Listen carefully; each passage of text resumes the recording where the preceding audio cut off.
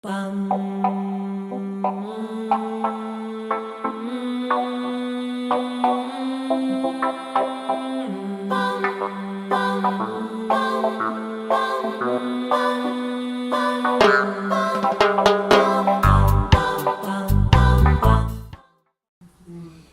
combien de personnes transgenres? Bon, déjà, il y a un léger malaise, c'est qu'en France, on n'a jamais sérieusement cherché à évaluer.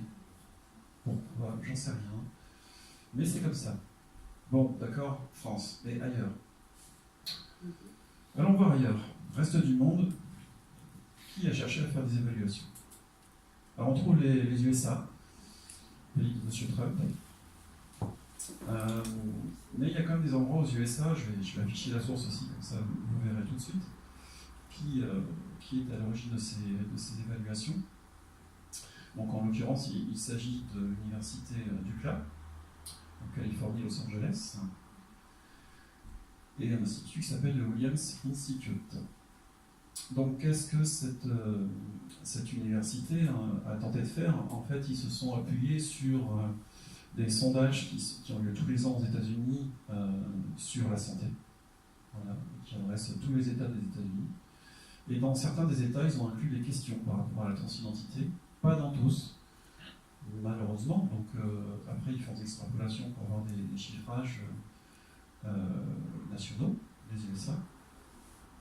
Donc ça montre quand même qu'au niveau des USA, il y a des variations selon les États. Je ne sais pas vous dire pourquoi. Donc le pourcentage de personnes transgenres, il évolue entre 0,7% de la population et 2,66% de la population.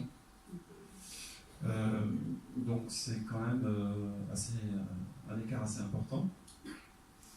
Et on note aussi qu'il y a une variation selon la tranche d'âge, et chez les personnes plus âgées, en fait, le pourcentage est plus faible que chez les personnes plus jeunes. Donc il y a probablement aussi on va dire un comportement générationnel qui fait que les jeunes s'autorisent plus à exprimer leur genre que les plus vieux, qui se sont auto-censurés pendant des années. J'en sais quelque chose. Donc c'est peut-être une part de l'explication sur cet écart aussi au niveau des générations. Bon, les USA c'est une chose. Ensuite, il y a le Canada aussi qui a fait des études assez sérieuses, donc je ne sais pas si vous y voyez quelque chose, c'est pas très clair. Donc en gros, ce que vous avez ici, c'est les types de personnes transgenres, et ici les tranches d'âge. Et ici ce sont des pourcentages. Donc même moi sur l'écran, je n'arrive pas à voir grand chose, donc heureusement j'ai mon anti-sèche. Voilà. Donc la première ligne, ce sont les personnes binaires cisgenres. Donc en fait, le commun des mortels, cisgenre voulant dire que je me sens très bien dans le genre de naissance, je n'ai aucun souci avec ce genre de naissance, j'y adhère totalement. Bon, après totalement, ça reste aussi peut-être un peu fort comme terme, mais en tout cas, j'y adhère majoritairement. Voilà. Et donc, j'ai aucun souci à me comporter soit en homme, soit en femme, selon le sexe de naissance. Et vous avez donc sur la ligne les pourcentages pour les tranches d'âge, sachant que les tranches d'âge représentées dans ce document sont 15-17 pour la première colonne, 18-24 pour la deuxième colonne, 25-34 pour la troisième, 35-44 sur la suivante, et 45-54, et enfin 55 et plus. Donc on voit une différence assez notable justement sur les tranches d'âge, sur ces personnes qui se disent binaires cisgenres. On est toujours sur du déclaratif pardon, sur la notion d'identité de genre. C'est pas les autres qui vous définissent. Hein. Je pense que la petite histoire que je vous ai lue au tout début, vous pouvez comprendre ça. C'est bien comment on se définit son genre. Donc sur cette première ligne, des personnes qui sont binaires, cisgenres, donc qui se sentent soit masculins, soit féminins, on voit qu'il n'y en a que 64% dans la tranche des 15-17 qui se définissent comme tels. Ce qui n'est quand même pas si gros comme chiffre. A l'inverse, les 55 et plus, c'est 96%. Donc une énorme écrasante majorité. L'évolution, on va dire que c'est assez stable sur les 18-24 et les 25-34, puisqu'on tourne autour de 80%, et ça commence à monter à partir de 35 ans, 87%, et puis plus de 45 ans, 95%, donc pour les 55 et plus, 96% comme je viens de vous dire. Donc on voit déjà une différence notable sur les générations. Pour les personnes binaires, transgenres, donc binaire transgenre, on va dire que c'est mon cas, c'est-à-dire que j'ai été assigné masculin à ma naissance, mais je me sens femme et j'ai aucun état d'âme sur mon genre d'appartenance, moi je me sens femme. Voilà. Donc je suis dite binaire et transgenre. Donc, en reprenant les mêmes tranches de population, la tranche des plus jeunes, les 15-17, il y a 11% qui se déclarent dans cette catégorie de la population sondée. Et à l'inverse, à l'autre bout de l'échelle, les 55 et plus, on a 3%. Voilà. On descend, après je vous passe les détails de l'évolution sur chacune des âges, sinon on va peut-être y passer la soirée. On passe à la ligne suivante et là on regarde les personnes qui sont non-binaires, transgenres. Alors les deux dernières lignes sont quand même assez proches parce que celle d'après c'est des personnes non-binaires de genre fluide, agenre ou demi-genre. Donc là on commence à attaquer les subtilités de l'identité de genre. Ce qu'on voit aussi, c'est que sur les deux lignes, 55 et plus, c'est ou 1% ou inférieur à 1%, donc on est vraiment dans la marginalité chez les plus de 55 ans. Et chez les 15-17, sur les personnes non-binaires transgenres et les personnes non-binaires de genre fluide, agenre ou demi-genre, là on est à 15% pour le premier, 7% sur le deuxième. Donc là, on commence à se dire, ok, il y a des gens qui, par rapport au genre, se sentent pas à l'aise avec cette binarité. On connaît depuis assez longtemps des personnes qui sont androgynes, donc en fait qui sont, on va dire, presque à l'intersection entre l'expression de genre du masculin et de l'expression de genre du féminin, donc avec des critères d'expression qui sont très peu marqués masculin ou féminin, voire pas du tout. Et puis des personnes qui rentrent dans ces catégories aussi là de fluides, par exemple, de personnes fluides qui se sentent bien avec les deux. Donc un jour vous les verrez sous une apparence plutôt masculine et le lendemain avec une apparence plutôt féminine. Donc cette apparence jouera sur les vêtements, sur le maquillage, sur les bijoux, voilà, sur les chaussures aussi bien entendu, portées. Et donc là, on commence à attaquer par rapport à l'identité de genre quelque chose un peu plus peut-être difficile à appréhender, c'est que certaines personnes peuvent naviguer facilement d'un genre à l'autre selon l'humeur du matin. Voilà, ils ont envie de se présenter comme étant du masculin ou du féminin. Donc c'est un peu plus complexe encore d'appréhender ces personnes-là. On se dit, mais tu te sens quoi? Tu te sens homme, tu te sens femme? En fait, ils se sentent un peu les deux. Oui. Par rapport à appréhender, c'est pas nous d'appréhender quoi que ce soit, c'est savoir si cette personne, si vous ils souffrent de cette situation, ils sont bien dans leur peau, dans cette situation d'être cette variation. Alors, je vais répéter la question, parce que le micro, il est pas, je pense que... Ah oui, là, donc, ce qui m'interpelle, c'est pas savoir que la personne va appréhender, pardon, son état, mais c'est savoir si cette personne est souffrante de son état. Si elle souffre par rapport à son état. Voilà. Si vous en connaissez, quoi. Oui, j'en connais plusieurs, effectivement. Donc, la première fois, j'étais un peu surprise. J'avais, dans le groupe de parole que j'évoquais tout à l'heure brièvement, une personne qui se présentait physiquement, pour moi c'était une femme, il n'y avait aucun doute. Et on commence notre groupe de parole par un tour de table. Voilà, une présentation succincte de chacun, et chacun dit son prénom, quelques petites informations sur lui, et s'il a envie de prendre la parole pendant le groupe de parole. Et donc arrive cette personne, le tour de cette personne, qui a des apparences très féminines. Bonjour, c'est Jean-Marc. Donc je lui dis, non mais pas ton prénom de naissance, ton prénom d'usage en fait. Elle dit, non, c'est Jean-Marc. Et je veux un temps de parole et je vous expliquerai après.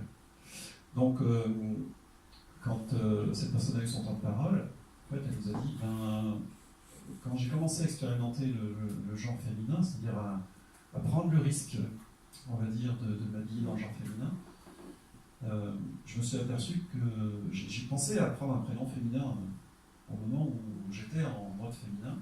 Et puis elle s'est dit non, parce que je me sens bien aussi quand je suis en masculin.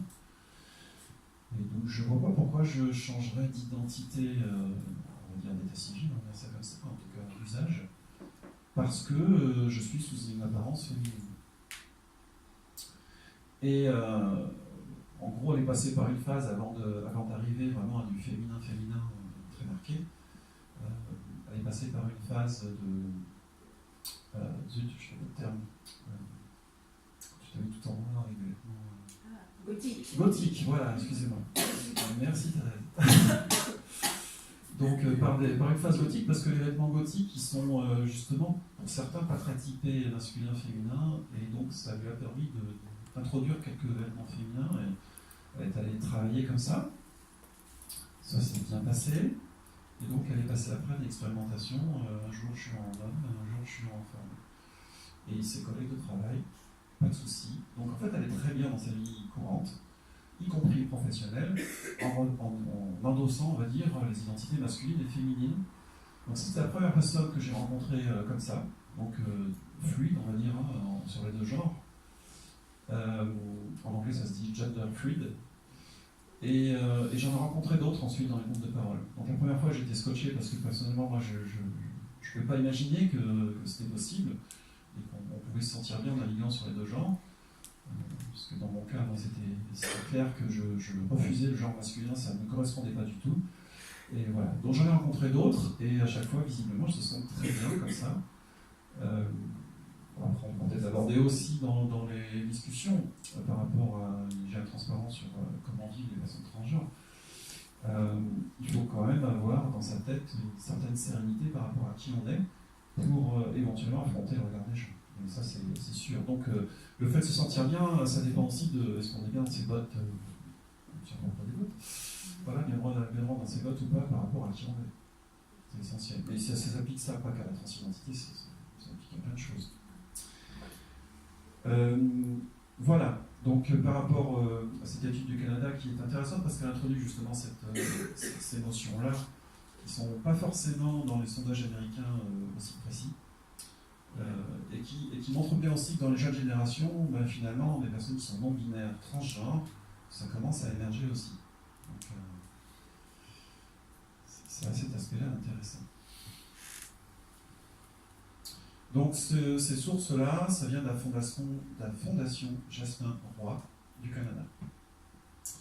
Bon, après, des chiffres qui sont un peu moins institutionnels, on va dire, puisqu'elles viennent d'un journal qui s'appelle The Guardian, et qui a fait un article, donc j'ai donné une source aussi, c'est Australian News, qui là sont encore plus importants, on va dire, en moyenne, puisqu'elle dit dans cet article qu'en Australie, ça représente 4% de la population des personnes transgenres. Donc on est au-delà des chiffres américains. Et après, bon, les chiffres canadiens, ils sont très détaillés, donc la moyenne n'est pas faite sur les transparents, mais voilà. Donc entre USA, Canada et Australie, on a dit entre 0,7% de la population et 4% de la population. Donc c'est pas neutre. Alors, je vous l'ai dit, en France, aucune évaluation. En fait, c'est pas tout à fait vrai. On a une évaluation dite médicale, entre guillemets, qui se base sur les personnes qui consultent certains centres hospitaliers en France qui se sont autoproclamés en capacité d'aider les personnes transgenres. On va dire ça comme ça.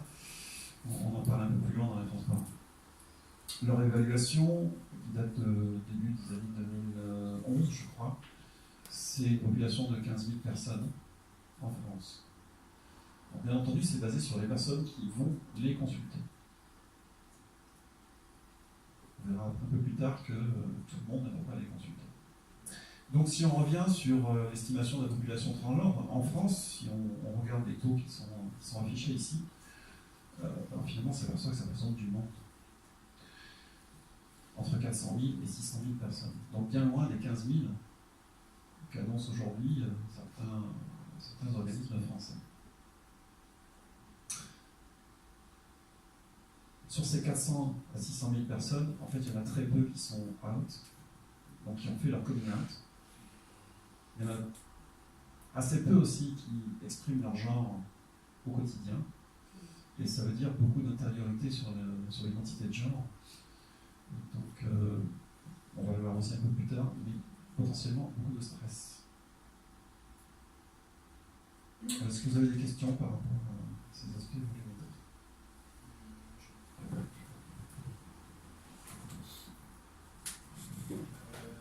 Normalement, il y a l'INSEE qui va lancer dans pas très longtemps une campagne de recensement de la population. Est-ce que tu sais s'il y aura des questions autour de la transidentité? Je crains que non. Je crains que non. Ce qui se passe, c'est que, pour aborder aussi l'aspect professionnel, j'ai amené un petit document ici qui a un peu fait la guerre parce qu'il est un peu déchiré, mais pourtant il n'est pas si vieux que ça. Mais je présente à chaque fois, je fais des salons, des événements sur la transidentité. Donc c'est un baromètre LGBT qui a été créé en 2017, donc c'est pas vieux, par l'autre cercle, qui est une association qui a créé en fait en 2013, si je ne me trompe pas, une charte LGBT pour les entreprises. Et qui donc s'est dit que ce serait bien de construire un baromètre pour voir si dans les entreprises qui ont signé cette charte, il y avait une évolution par rapport au sondage qui était fait avant et qui était sur toute la population. Voilà. Certaines entreprises, toutes les entreprises qui ont signé en fait ont été sollicitées. Il y avait forcément en début de questionnaire une question pour savoir si on était cisgenre ou transgenre. C'est évident, si on va pouvoir tirer des conclusions derrière, il faut poser cette question. Beaucoup d'entreprises ont dit non, on ne peut pas poser cette question-là à nos salariés. C'est intrusif. Voilà, donc est-ce que l'INSEE va poser cette question intrusive aux résidents en France? Voilà, je ne sais pas. Je pense qu'on n'en est pas encore là. Aujourd'hui, en France, en tout cas, on n'en est pas encore là. Bon, on voit qu'aux États-Unis, tous les États ne le font pas, dans le sondage sur la santé. On sait très bien qu'aux États-Unis, c'est très variable d'un État à l'autre, l'acceptation des personnes transgenres ou pas. Donc c'est une vraie question, quand est-ce que la France va se décider à faire un comptage? On peut peut-être espérer, on va en parler aussi un peu plus tard, qu'avec les évolutions législatives qu'il y a eu récemment, on pourra compter les dossiers de personnes qui ont demandé à changer de prénom et à changer de sexe vu de la France. Espérons qu'on puisse avoir des éléments. Mais aujourd'hui, malheureusement, on est quelque peu.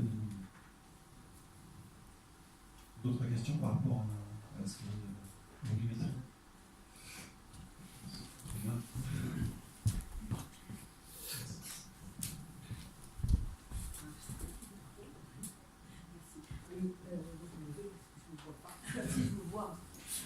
Oui, c'est une sorte de témoignage qui aboutit sur une question. J'ai la chance, dans ma famille élargie, la famille recomposée, c'est très riche et très bien, de plusieurs personnes, mais d'en avoir mis au monde aussi, un garçon qui est gay et qui milite beaucoup, je le souligne, entre autres à Lyon, et qui a beaucoup d'amis transgenres et transidentité, et aussi des copines très féministes. Bon. Et par ailleurs, du côté de mon époux, nous avons, je dis nous aussi, parce que aussi à moi, une jeune femme qui est née garçon. Je trouve que ce garçon a été opéré, donc il est devenu une jeune femme. Et le regret que j'ai, c'est que dans la famille, ses parents d'abord, et les grands-parents, pour eux, ça n'a pas été facile d'accepter ça. C'était un garçon qui était pas bien dans sa peau, pour résumer la chose, son enfance difficile, placé ici, placé là, c'est terrible. Les parents séparés qui débordaient, la maman qui s'en occupait peu ou mal et qui ne comprenait pas, mais ça a été assez difficile. Donc cette jeune femme, maintenant, n'est pas vraiment bien dans sa peau. Est-ce que, alors, donc c'est la première des questions que je voulais vous poser. J'ai beau être un peu au courant par mon fiston de Lyon, des choses que je n'ai pas pensé à lui poser. Par exemple, cette jeune femme mal dans sa peau, est-ce que, qui refuse les travaux, on dit plus les travaux, c'est idiot ça, les jobs, parce que, ouais, la langue française est bizarre, on dit j'ai un travail, on ne dit pas j'ai 2 travaux. Hein, vous avez remarqué tout ce qu'on a. C'est une parenthèse. Donc, elle refuse les jobs, pas les travaux, qu'on lui propose parce qu'elle estime ne pas être acceptée en tant que femme là où elle travaillait en tant que garçon. Par exemple, le brancardier ou les choses qu'elle a fait, ben, elle n'est pas acceptée. Donc elle va d'un travail à un autre en espérant que là, elle sera mieux acceptée. Et finalement, elle tourne un peu en rond et c'est très délicat. Qu'est-ce que vous en pensez de ça? Est-ce que ça sera toute sa vie comme ça? Ou est-ce qu'on peut espérer? Je dirais que c'est le lot de pas mal de personnes transgenres. Bon, j'ai les chiffres après sur est-ce que ça va mieux avant, enfin après plutôt, après avant, plutôt dans ce sens-là. Donc il y aura des éléments de réponse, on en parlera à ce moment-là. Mais le plus important en fait, c'est de se sentir bien avec qui on est. En paix avec soi-même. Oui, mais une fois qu'on a été opéré, que c'est définitif. Ça, c'est pas. Enfin, après, concrètement, l'opération, c'est pas quelque chose de miracle. C'est pas ça qui résout les problèmes intérieurs qu'on peut avoir, les conflits intérieurs qu'on peut avoir. Et on va dire que les conditions de vie sereine viennent beaucoup de comment on prend en compte les paroles et les regards des autres. Puisque la plupart des gens n'étant pas informés sur la transidentité, ils trouvent ça au mieux bizarre, au pire contre nature. Et donc, il faut avoir une certaine sérénité pour dire, de toute façon, on ne peut pas changer le monde. Donc, je te plais, tant mieux, je te plais pas, passe le trottoir à côté, puis là. Moi, je te nuis pas, donc ne me nuis pas. Je pense que c'est très difficile pour des personnes, disons, comment dire, ce qu'il était avant, ce garçon en difficulté, mal dans sa peau. Il a pourtant eu un suivi psychiatrique avant cette intervention définitive quand même. Mais on a l'impression, quelques membres de la famille élargie, on va dire, qu'on n'a pas été au bout de quelque chose de sérieux et qu'il reste avec les difficultés qu'il avait avant et que ça ne résoudra rien qu'il soit devenu femme. Parce qu'il est une femme mal dans sa peau, il est un garçon mal dans sa peau et il est une jeune femme mal dans sa peau. Et je comprends ce que vous dites et toutes les choses vont évoluer. Je crois qu'on a tous un travail à faire sur soi. On est sur le thème de la transidentité aujourd'hui. Je rencontre tellement de gens qui me disent « Waouh, tu m'impressionnes parce que tu as compris qui t'étais. » Première chose, on n'est pas sûr d'avoir compris qui on était. Et deuxièmement, tu t'assumes. Et même nous, si on a compris qui on était, on ne s'assume pas forcément. Donc c'est un problème qui dépasse largement la transidentité. C'est est-ce que j'ai compris qui je suis? Est-ce que j'assume qui je suis? Voilà. Et quand on en est arrivé là en disant je suis comme ça, qu'à m'assumer, sinon je serais toujours malheureux ou malheureuse. Et ben on a franchi un grand pas en fait. On a franchi un grand pas. Et je reviens au début de ce que je vous ai dit, c'est-à-dire que le genre c'est avant tout une expression, voilà, un sentiment qui s'exprime. Ou pas. Mais le but c'est quand même qu'il puisse s'exprimer, sinon après il y a des tensions intérieures. On n'est pas bien. Donc si j'ai un sentiment, que je suis sûr de ce sentiment, j'ai pas d'autre choix que de l'assumer en fait. Si je veux être bien dans ma tête, j'ai pas d'autre choix. Donc après, comme je vous ai dit, il faut arriver à un détachement par rapport à ce que certains peuvent renvoyer. Et ce détachement, moi, quand je fais des accompagnements de personnes qui font des transitions professionnelles, je leur dis le premier jour que vous allez bosser en nana ou en fille, selon le cas, peu importe le cas de transidentité, même si tu pètes des trouilles, tu as juste envie de faire ton froc, happy face. Désolé pour le terme anglais, happy face, t'es heureux, quoi. Ce que tu fais là, c'est pour ton bien, donc t'es heureux. Et dans le comportement relationnel avec les autres, il y a quelque chose qui est assez fort, hein, c'est l'effet miroir. Si vous présentez l'image de quelqu'un qui se sent bien dans sa peau, que vous n'êtes pas stressé, les gens en face vont dire ok, tout va bien, il n'y a pas de problème, donc voilà. Et ça se passe très bien. Moi, quand j'ai commencé ma transition chez Orange, j'en ai pas l'âge non plus comme tout le monde. Puis j'ai vu que les gens, moi j'ai adopté toute cette stratégie de dire je montre aucun stress et tout va bien et je souris que voilà. Donc, mais les gens bug, on va dire, les 30 secondes. Et puis après on passe au boulot. Donc on met en œuvre ses compétences. Et puis éventuellement on met en œuvre des compétences au travail, on est là pour ça. Et ce que tu dis, c'est Voilà. vrai pour l'homosexualité, c'est vrai pour Oui. des différences. Hein. Voilà. On peut dire pareil. Hein, voilà.